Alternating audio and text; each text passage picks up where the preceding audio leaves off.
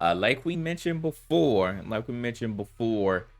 the global IT outage hit today. Global IT outage hit today, and this one was crazy because usually when something like this happens, is first of all, it's not global, and second of all, it only affects like a small number of businesses. But this one affected like a big number of businesses, and this was a situation where Windows PCs were blue screening. Be it we call it BSOD, the blue screen of death. So this hit literally today, and one of the major businesses that got affected were airlines. So multiple airlines. Apparently, Southwest was like one of the only airlines that did not get affected because they were allegedly using what people say Windows 3.1. I'm like, what the hell? I know you're not using Windows 3.1, but apparently they were using Linux, so they didn't get affected. But other airlines got affected. You can see all their screens. We've seen multiple videos of people at the airport trying to get in, trying to get on their flights, and nobody could do anything because it was just screens with blue screens of that. You just saw blue everywhere. So multiple businesses got affected. So just bringing in the context fully, if that didn't make sense. So Microsoft was reporting that the services, actually we'll go back in the main with this morning. I said monumental global IT outage struck most of the world, with everything from banks to airlines. Siggy said that his job got affected, from cloud networking providers to gaming services being impacted. It seems as though it's linked to Microsoft systems. So yeah, it wasn't like anybody who was on Macs who didn't get affected. It was mainly Microsoft Windows platforms. But there says a lot up in air at the present. What is known as widespread IT outage has wreaked havoc on the world. So we found out we were going on. It's due to the cybersecurity system called CrowdStrike. So any computer that had CrowdStrike, apparently it was an update, it was a patch that went through this morning or overnight and ended up bricking like just a whole bunch of Windows PCs around the world. Luckily, my job doesn't use CrowdStrike, so we were not affected, thank God. But like I mentioned before, there was one vendor that I deal with on a day-to-day basis, and it's actually one of our main systems that we use on a day-to-day basis. Without that, we can't even function. So it was only 2 databases that were affected for me personally, but if it ended up being every database, oh boy, it would have been a struggle today. So I keep telling people, man, like I don't think that IT gets enough credit, man. I do not think that IT, any business that has an IT division, we do not get enough credit, because this is wild. This is wild that something like this will happen. And people thought that it was a cyber attack.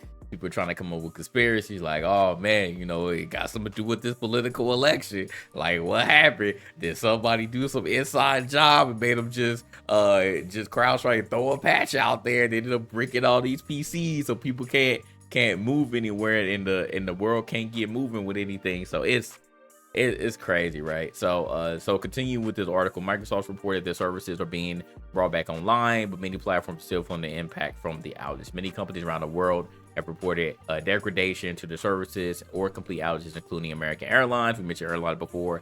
Sky News, so out there in the UK. So that entire platform went down. The London Stock Exchange, Telstra. I'm not familiar with Telstra. It's reported widespread issues.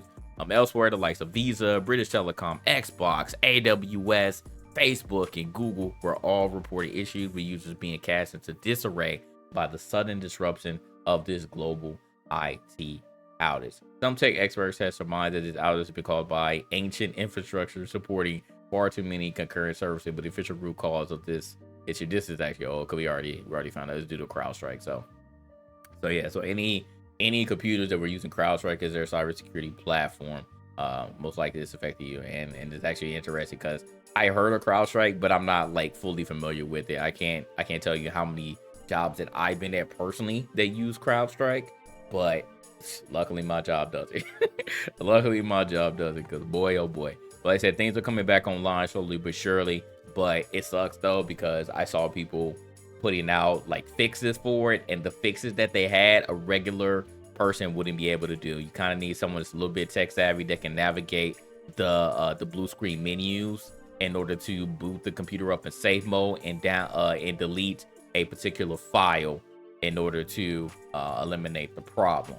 So, like I said, not everybody be able to do it, and you have to do it manually too. Because when the computer blue screens, you can't just remote into it and fix it, right? And that's the main issue. It doesn't matter how good your IT system or your employees are at your respective business.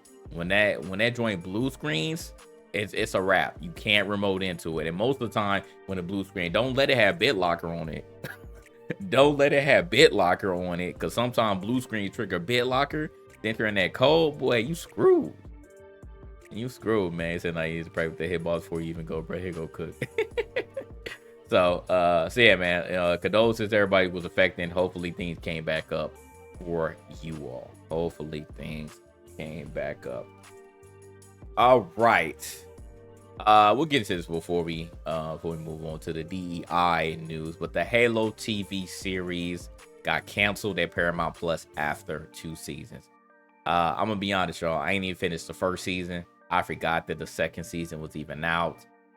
So I mean, that kind of just speaks to the sentiment of why this ended up getting canceled. So let's read the article here. Paramount has canceled the Halo TV series on Paramount Plus after 2 seasons has been announced. The announcement came earlier today with Paramount Plus offering a statement. We are extremely proud of this ambitious series and would like to thank our partners at Xbox 343 and Amblin Television, along with the showrunner and executive producer, blah, blah, blah. Yeah, so according to Hollywood Reporter, it's sources say that Xbox 343 will look to land the series at another outlet for a 3rd season if possible. Please don't.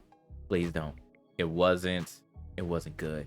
It wasn't good. I think it had its moments in the first few episodes, but I just quickly lost interest. I'm gonna be honest. I quickly lost interest. And like I mentioned before, I forgot that a 2nd season even came out. I know that we talked about it like a little bit on the podcast, but other than that, like we just all collectively stopped watching it. So to continue on, they say that we deeply appreciate the millions of fans who propelled the Halo series to a global success, and we remain committed to broadening the Halo universe in different ways in the future. We are grateful to Amblin and Paramount for their partnership in bringing our expansive sci-fi universe to viewers around the world. The Halo TV series was received as a mixed bag, yes, rightfully so, by those who watched the show. Season 1 was generally poor due to the show moving away from its source material, while Season 2 improved ratings slightly. So, yeah, I don't think I want to see a 3rd season. Crazy, because Fallout came out, and again, I personally don't play any Fallout games. I never have, but I even enjoyed Fallout a lot more than I did enjoy the Halo series. And I was a huge Halo fan back in the day.